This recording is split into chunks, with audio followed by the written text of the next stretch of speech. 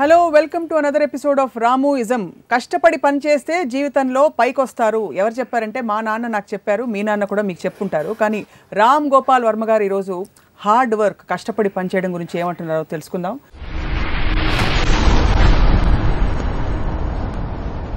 వర్మ గారు నమస్కారం, వెల్కమ్. మీరు ఇష్టపడి పైకి వచ్చారా, కష్టపడి పైకి వచ్చారా? కష్టపడితే పైకి వస్తారు అనేది అఫ్కోర్స్ నేను విన్నాను, మా చిన్నప్పటి నుంచి నాకు చెప్పారు. అది నా ఉద్దేశంలో కూలోళ్ళే కష్టపడతారు. సక్సెస్ఫుల్ అయిన వాళ్ళు ఎవ్వరు కూడా కష్టపడరు. వాళ్ళు తెలివితో వేరే వాళ్ళని కష్టపడిస్తారు. అది యాక్చువల్ ట్రూత్ ఆఫ్ లైఫ్. అది దీనికి ఎగ్జాంపుల్ నేను ఏమిస్తానంటే, ఒక first of all the word కష్టపడటం అనే వర్డ్లోనే ఒక నెగిటివిజం ఉందని నా ఫీలింగ్. అది పేరెంట్స్కి తెలీదు, టీచర్స్కి తెలీదు, మన పెద్దలు ఎవరు దాన్ని అర్థం చేసుకోరు. ఇప్పుడు నాకు ఫస్ట్ గుర్తుంది, పొద్దున్న 5 గంటలు లేచి కష్టపడి చదివితే నీకు మంచి మార్కులు వస్తాయి అని నా తాతయ్య, మా నాన్నగారు, మా మదర్ చెప్పేవారు. నువ్వే కష్టపడి అని చెప్తే already you're putting a negative element in the child's mind. ఎందుకంటే వర్క్ అనేది నా డెఫినేషన్లో ఏంటంటే, it's something you have to do. చెయ్యాలి కనుక చేస్తున్నాం. యూ వాంట్ టు డూ అంటే అప్పుడు అది ఇష్టం అవుతుంది. ఇందాక మీరు చెప్పింది కరెక్ట్. కష్టపడాలో డిఫరెన్స్ ఏంటంటే, ఇష్టపడనేది వాంటింగ్ టు డూ, కష్టపడనేది హ్యావింగ్ టు డూ. నువ్వు చేస్తేరా, నువ్వు బాగా కష్టపడి చదువుకొని నీకు సినిమా చూపిస్తానే అంటే, సినిమా అనేది ప్లెజరబుల్ ఎలిమెంటు, చదవటం అనేది ఒక నెగిటివ్ ఎలిమెంట్ అనేది మీరే ఫస్ట్ పెట్టేస్తున్నారు మైండ్లో. ఒక పిల్లోడి మైండ్లో first right from the time he's become conscious as a kid or whatever it is. So అప్పుడు అక్కడ ఏంటి 2 పాయింట్స్. అక్కడ ప్రోగ్రెస్ ఆఫ్ హ్యుమానిటీ ఎప్పుడూ కూడా మీరు ఎంత తక్కువ కష్టపడాలి అనే దాంట్లోంచి మీకు ప్రోగ్రెస్ ఉంటుంది. ఇప్పుడు మనం గొడ్డులాగా చాకరీ చేసేస్తే ఏదో మెషిన్ కనిపెట్టాం ఆలోచించి. అవును. ఆ మెషిన్ కష్టపడే వాళ్ళందరినీ వాళ్ళకి ఫ్రీ చేసేసి వాళ్ళ పని అంతా అది చేసేస్తుంది. సో అది మీరు ఆ డిగ్రీ అని తక్కువ మొత్తం కష్టం అంతా మెషిన్స్ అలాంటి దానికి మనం అప్పగించి రోజు వచ్చినప్పుడు the world will really be the most advance place in every which way. కష్టపడటం అని చేయకూడదు ఎవడు అసలు.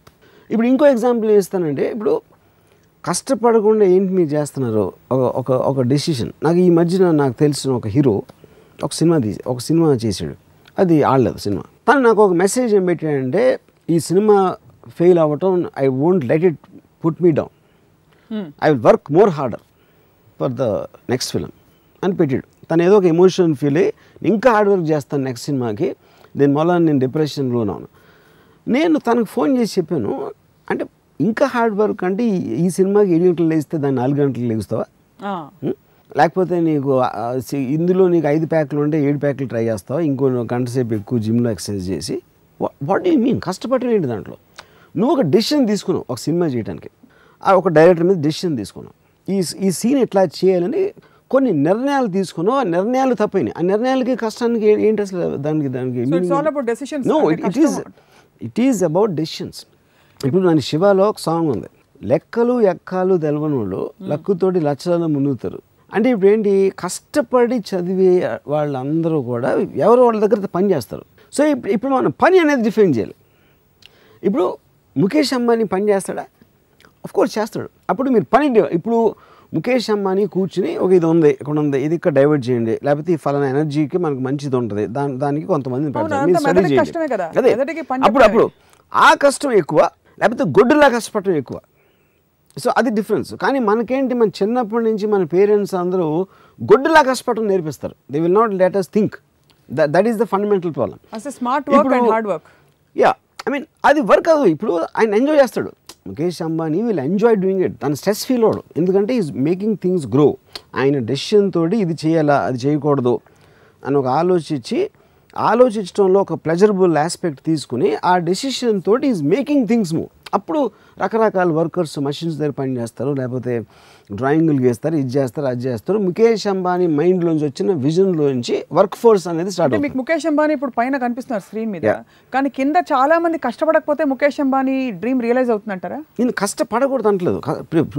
పాయింట్ ఈజ్ నాట్ అబౌట్, అంటే మీది అది మైండ్ సెట్ నేను చెప్పేది. కష్టం ఇప్పుడు ఫర్ ఎగ్జాంపుల్, ఇప్పుడు మా మదర్ కానీ మా గ్రాండ్ ఫాదర్ కానీ చదువుకోవటం అనేది ఒక ప్లెజరబుల్ థింగ్ లాగా నాకు చెప్పాను అనుకోండి, కష్టం అనే మాట తీసేసి. అంటే ఉదాహరణకి చెప్పండి. ఎంజాయింగ్ మీరు వర్క్ ఎంజాయ్ చేసినప్పుడు అది హార్డ్ వర్క్. మన ఇక్కడ ఏంటి మనం మాట్లాడుతుంది హార్డ్ వర్క్ అనేది డెఫినేషన్లోనే ఒక నెగిటివ్ ఎలిమెంట్. అబ్బా నేను చెమటలు కార్చిపోయి ఇలా చేసి ఎలాగైనా చేయలేని సాధించాలి అని అష్ట కష్టాలు పడి ఒక నొప్పిని ఓర్చుకుని ఒక దానికి చేరాలి అనే దాంట్లోంచి హార్డ్ వర్క్ అనే పదం అక్కడి నుంచి వచ్చింది. హార్డ్ వర్క్ అనే టర్మినాలజీ మార్చాలంటారు. దట్ ఈస్ ద ప్రాబ్లం నాకు. మీరు అనుకోండి, మీరే మీ అమ్మ నాన్న అనుకోండి, నాకు ఎలా చెప్తారు నేను చదువుకోవాలనుకోండి, ఇంజనీరింగ్ కాలేజ్ చేరాను. ఇప్పుడు నువ్వు 5 లేస్తే భలే ఉంటుంది. నువ్వు చదువుకుంటే నీకు ఎన్నో తెలిసిపోతాయి. ఆ తెలిసిపోయిన వాటిలోంచి నువ్వు వేరే వాళ్ళకి చెప్పవచ్చు, అందరూ నిన్ను బాగా చూస్తారు, నువ్వు అందరికన్నా ఎక్కువ నువ్వే అక్కడ ఎలివేట్ అవుతావు, ఇలా చెప్పాలి వాళ్ళకి. అంటే అదొక ప్రొవోకింగ్, ఒక ఏమంటుంది దాన్ని ఇన్స్పైరింగ్ కైండ్ ఆఫ్. లేదురా నువ్వు చదువుకేమ్మా, నువ్వు 2 గంటలు చదివితే నీకు చాక్లెట్ ఇస్తాను, రేపు రాత్రి సినిమాకి తీసుకెళ్తాను. థామస్ ఆల్వా ఎడిసన్ పొద్దునే లేచి 3 గంటలు చదువుకున్నారు, ఇలాంటివన్నీ ఉండవు. అది ఇవన్నీ కూడా చెప్తారు. కానీ థామస్ ఆల్వా ఎడిసన్ 3 గంటలకి పాయింట్. ఇప్పుడు దీనికి కనెక్టింగ్ పాయింట్ ఏంటి మనకి ఇక్కడ? ఇప్పుడు నేను కాలేజ్లో కానీ స్కూల్లో కానీ చదువుకున్నప్పుడు ఎంతసేపు మార్కులు తెచ్చుకో, కష్టపడి చదివితే నీకు 70% 80 ఆ టైంలో ఏది ఎక్కువ వస్తే నీకు నెక్స్ట్ సీట్ వస్తుంది, లేకపోతే ఉద్యోగం వస్తుంది, ఇలాంటివి. అప్పుడు ఏంటి నా మైండ్స్లో ఏంటి, నేను కష్టపడటం నాకు ఇష్టం లేదు. ఎందుకంటే ఆల్రెడీ నాకు ఒక నెగిటివ్ ఆస్పెక్ట్ వచ్చేసింది కష్టం. నాకు పాజిటివ్ ఆస్పెక్ట్ ఏంటి, నాకు సినిమా డైవర్షన్ ఉంది, ఏదో నవల్ చదవాలి, లేకపోతే ఎక్కడో తిరగాలి, ఇలాంటి డైవర్షన్స్ ఉన్నాయి. కాబట్టి కష్టపడితే కానీ చదువుకోవడానికి ఛాన్స్. అప్పుడు నేను కాపీ కొట్టడం అలవాటు చేసుకుంటాను, కష్టాన్ని తప్పించుకోవడానికి అదొక మెథడ్ అవుతుంది. అంటే కాపీ కొట్టడం కరెక్ట్ అంటారా?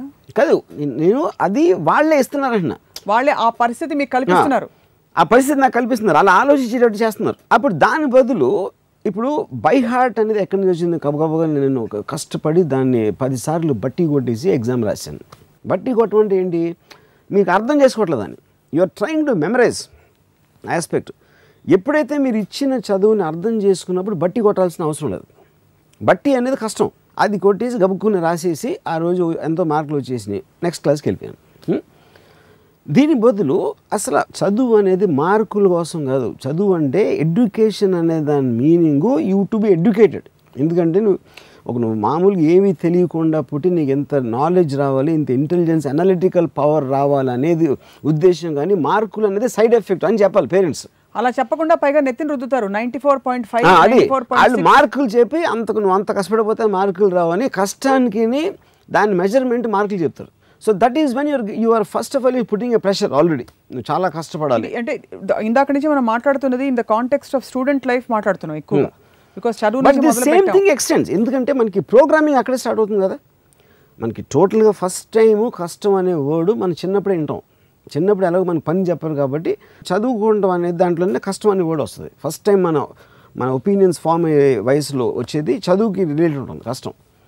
మీరు పెద్ద అయిన తర్వాత మీకు పని, మీరు ఉద్యోగం లేకపోతే మీరు చేసే మెకానిక్ పను, ఈ పను, కూలి పను, ఏదో పని, వడవర్ పని, దాంట్లోంచి సెకండ్ డిగ్రీ ఆఫ్ కష్టం. కష్టపడి పని చేయడం ఇంతవరకు అర్థమైంది. కూలి పని రెఫర్ చేస్తే ఫిజికల్ లేబర్కి, మాన్యువల్ లేబర్కి మాత్రమే వాడాలి. మిగిలిన పనులన్నిటికీ కష్టపడి పని చేయడం స్టేట్ ఆఫ్ మైండ్ అన్నాను. ఇప్పుడు సపోజ్ బ్రూస్లీ 8 గంటలు ప్రాక్టీస్ చేసేవాడు మార్షల్ ఆర్ట్స్. అది ఫిజికల్ కష్టమే కాదు, ఫిజికల్, కానీ he use to enjoy it. ఎందుకో తను ఎవరు గన్ను పెట్టట్లా, తను ఇష్టపడి తనకు ఒక అబ్సెషన్ అయింది కాబట్టి ఆ పంచింగ్ బ్యాగ్ కొట్టు, ఇది చేసో అది చేసో ఏదో చేస్తున్నాడు బ్రూస్లీ. నేను నా కెరియర్ పక్కన పెట్టండి, నేను 87లోనే ఎప్పుడు నేను 86, 87 ఆ టైంలో వీడియో లైబ్రరీ పెట్టాను. 86 నుంచి 2016 ఇప్పుడు అంటే 30 ఇయర్స్లో నేను ఒక్కరోజు హాలిడే తీసుకోలేదు. I never went for a holiday. I work every day on Sundays, holidays and everything. కానీ ఏంటి ఇది వర్క్ అంటే ఎలా డిఫైన్ చేస్తాను? Because I love to do it. నన్ను ఎవరు చేయమని అంటలా, నేను చేస్తున్నా నా ఇష్టంతో. So actually I'm on continuous holiday నా ప్రకారం. You don't miss having holiday. You don't feel the need for a holiday. In fact నాకు ఎప్పుడైనా గబుక్కుని సడన్గా ఏదో రీజన్తో షెడ్యూల్ క్యాన్సిల్ అయిపోయి నేను ప్రిపేర్ అవ్వకుండా వర్క్ లేకపోతే నాకు పిచ్చెక్కిపోతుంది అసలు. అప్పుడు అది నాకు కష్టం. నాకు వర్క్ లేకపోవడం నాకు చాలా పెద్ద హార్డ్ వర్క్. నాకు అది when I'm doing work I'm almost enjoying it like A pleasure. It is like it gives me high. అప్పుడు అది కష్టపడడం అనే డెఫినేషన్ కిందకి రాదు అసలు. ఆ మొమెంటం తగ్గిపోతే ఇన్ఫాక్ట్ అది కష్టం అవుతుంది మీకు. ఏది ఆ మొమెంటం కరెక్ట్. తిరిగిపోతుంది చేసేది కబుక్కుని నన్ను ఎవరు ఆపేసారు అనుకోండి, ఏదో ఒక పరిస్థితి ఒక పర్టికులర్ సిచ్యువేషన్ వలన ఈ రోజు నాకు వర్క్ ఉండదు. ఫర్ ఎగ్జాంపుల్ వర్షం వచ్చేసింది, హెవీ రెయిన్ వచ్చేసి బయటకు వెళ్ళడానికి వీల్లేదు, కరెంట్ పోయింది, నేను సినిమా కూడా చూడలేను, సినిమా తీయలేను బయటకు వెళ్ళి. అప్పుడు సడన్గా నా మైండ్ బ్లాంక్ అయిపోయి I feel it very hard. Extreme rare కేసులో నాకు ఏదో ఫీవర్ వచ్చి if I have to be on the bed for 2 days also I will die, అంటే ఏం చేయట్లేదని. సో ఇప్పుడు ఆ డెఫినేషన్లో గుడ్డులాగా కష్టపడతాను. మా మదర్ కూడా అంటున్నాను, రాము కష్టపడినంత అసలు ఎవ్వడు పడడు. కానీ అంటే తన ఉద్దేశంలో అది, ఎందుకంటే అంటే ఇది మీకు నచ్చిన రంగంలో మీరు ఉన్నారు కాబట్టి, అది నేను నచ్చింది నేను చేస్తున్నాను, అంటే నాకు ఇష్టపడి చేస్తున్నాను కాబట్టి అది నాకు కష్టం అనిపిస్తుంది. ఇదే మీరు సపోజ్ అక్కడ ఇంజనీరింగ్ కాలేజ్ డిగ్రీ తీసుకుని బయటకు వచ్చి ఒక ఐ డోంట్ నో మీరు ఏ విభాగంలో ఇంజనీర్ అయ్యేవారు, ఇలాగే ఉండేవారా? ఇప్పుడు నేను ఇంజనీరింగ్ కాలేజ్లో కష్టపడింది ఎప్పుడంటే నాకు చాలా లో అటెండెన్స్ ఉండేది. నేను కాలేజ్లో ఏదో ఒక మినిమం అటెండెన్స్ ఉండాలి కాబట్టి ఒక కొన్ని క్లాసులన్నా అటెండ్ అవ్వాల్సిన అవసరం ఉండి వెళ్ళేవాడిని కొన్ని క్లాసులకి. అక్కడ లాస్ట్ బెంచ్లో కూర్చుని నవల్స్ చదివాడిని. కానీ అప్పుడప్పుడు లెక్చర్ వస్తాడు కాబట్టి అది కొంచెం అటే చూస్తూ ఉండాలి కాబట్టి దాన్ని దాయటానికి మళ్ళీ తీయటానికి ఈ ఎఫర్ట్ ఏదైతే పెట్టానో అది ఒక్కటే నా లైఫ్లో నేను పడిన కష్టం, అదొకటే. అంతకు మించి నేను ఎప్పుడూ ఏం కష్టపడలేదు. యూనో అప్పుడు ఎందుకు నేను కాలేజ్ ఎగ్గొట్టడం నా ఇష్టంతో, సినిమాలు చూడటం నా ఇష్టంతో, నేను ఏమి చేసినా కూడా నా ఇష్టంతో చేశాను కాబట్టి కష్టం అనే దానికి నాకు సంబంధమే లేదు ఎక్సెప్ట్ ఫర్ దట్ పార్ట్.